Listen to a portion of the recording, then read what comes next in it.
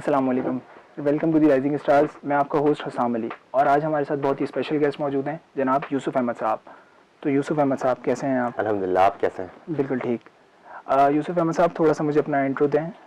Basically मैं एक fashion designer हूँ। अब आप मुझसे ये पूछना चाहेंगे कि मैं इस फील्ड में कैसे आया। सही। ऑब्वियसली बात है, 9 to 5 की जॉब कर करके मेरे घर का पेट तो नहीं चल रहा था। और जो आजकल महाशी हालात चल रहे हैं, जैसे आप लोग सब जानते हैं, सही। वो सब 9 to 5 की जॉब में नहीं होना था।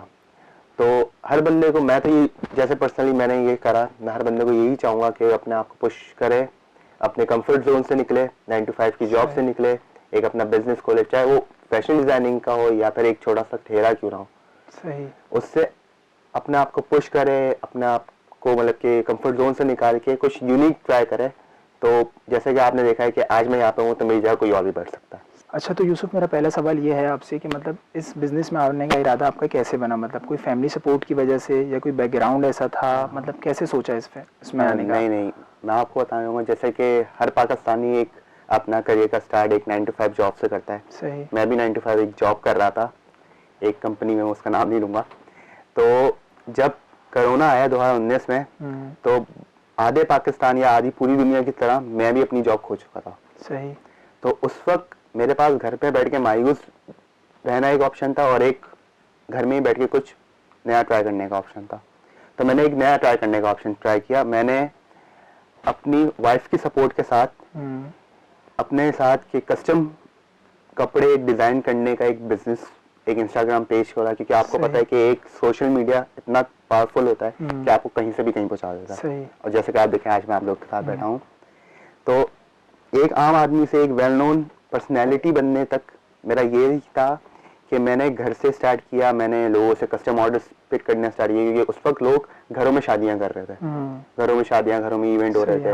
तो लोग बाहर नहीं जा सकते थे, तो वो घरों के अंदर डिजाइन करते थे। तो आपको पता है, औरतों की शॉपिंग कभी बंद नहीं होती, चाहे वो पेंडेमिक हो या चाहे कुछ भी हो। बिल्कुल ऐसी है। तो मैंने ये चीज़ को उसी वक्त आइडेंटिफाई कर लिया था कि ये मार्केट को मैं टारगेट कर सकता हूँ। सही।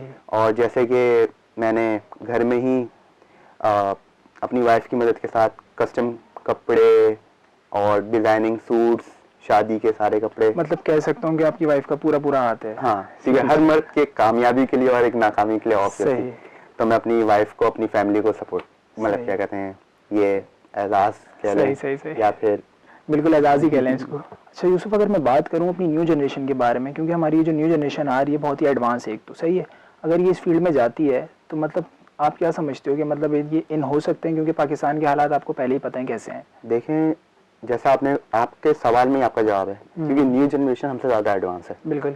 तो वो नए नए तरीके ढूंढ लेगी अपने आप को इस फील्ड के हिसाब से एडजस्ट करने के। सही है। ऑब्वियसली बात है, अब आप इस फील्ड को ले रहे हैं या किसी फील्ड को ले रहे हैं, आपकी यूनिक कोई भी प्रोडक्ट हो, आपकी यूएसपी, यूनिक सेलिंग पॉइंट जिसको कहते हैं, वो चीज़ आप जिस तरीके से यूटिलाइज करते हैं, वो बेसिकली आपकी सेल्स और आपकी, मतलब क्या कहते हैं, ब्रांड को ऑप्टिमाइज करती है। सही, प्रमोट करती है। बिल्कुल प्रमोट करती है। बिल्कुल। आप प्रमोट कर लें या फिर, और सोशल मीडिया, मैं बोलूँगा कि सोशल मीडिया अभी ऐसी हमारे पास एक टेक्नोलॉजी है जिसका बंदा, हर बंदा यूज़ करके कहीं पे भी अपने आप को वेल नोन पर्सनैलिटी कह लो, अपने आप को ब्रांड कह लो, कहला सकता है। बिल्कुल सही, मनवा सकता है। सही। और हमारी जो न्यू जनरेशन है वो हमसे ज़्यादा एडवांस है सोशल मीडिया में। बिल्कुल।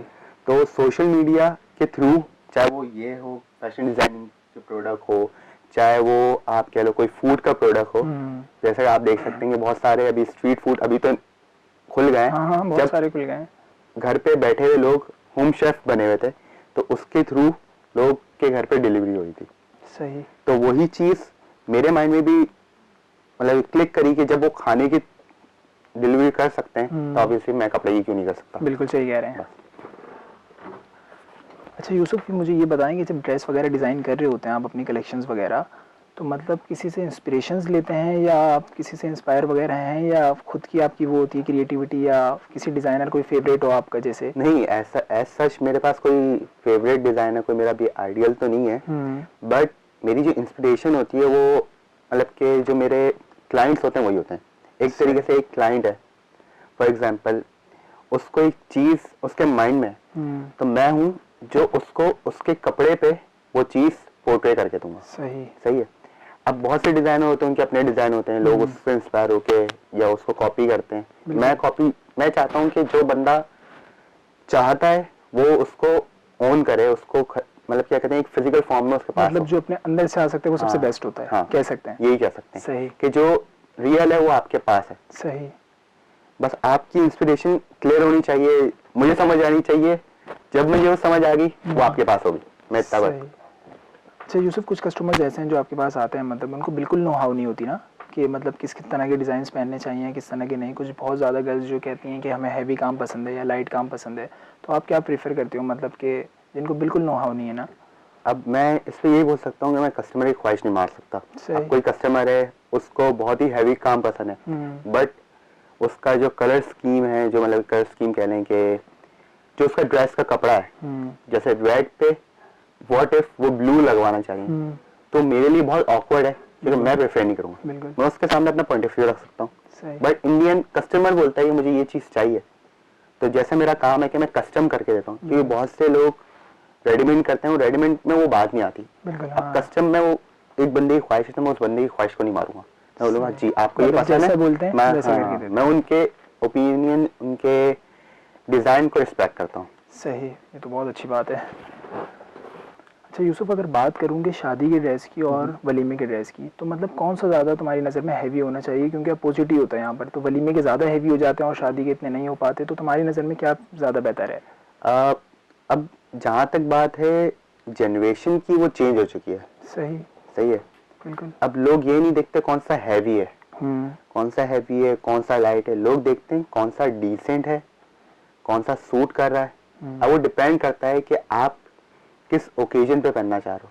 अब बहुत से लोग हैं शादी को बहुत सिंपल रखते हैं। बिल्कुल सही है। और मैं भी चाहता हूँ लोग सिंपल रखें शादी को, ताकि लोगों के लिए आसानी हो पाए। बिल्कुल सही है। अब एक बंदा है जो शादी कर रहा है, उसका सूट ही 2 लाख का पड़ रहा है, और एक बंदा जो 10 लाख का सूट पहन रहा है। फर्क क्या है? इंडियन शादी हो रही है, बिल्कुल इंडियन शादी हो रही है, बिल्कुल। तो मैं से ये प्रेफर करता हूँ जो कस्टमर को पसंद हो, जैसे मैंने पहले भी कहा।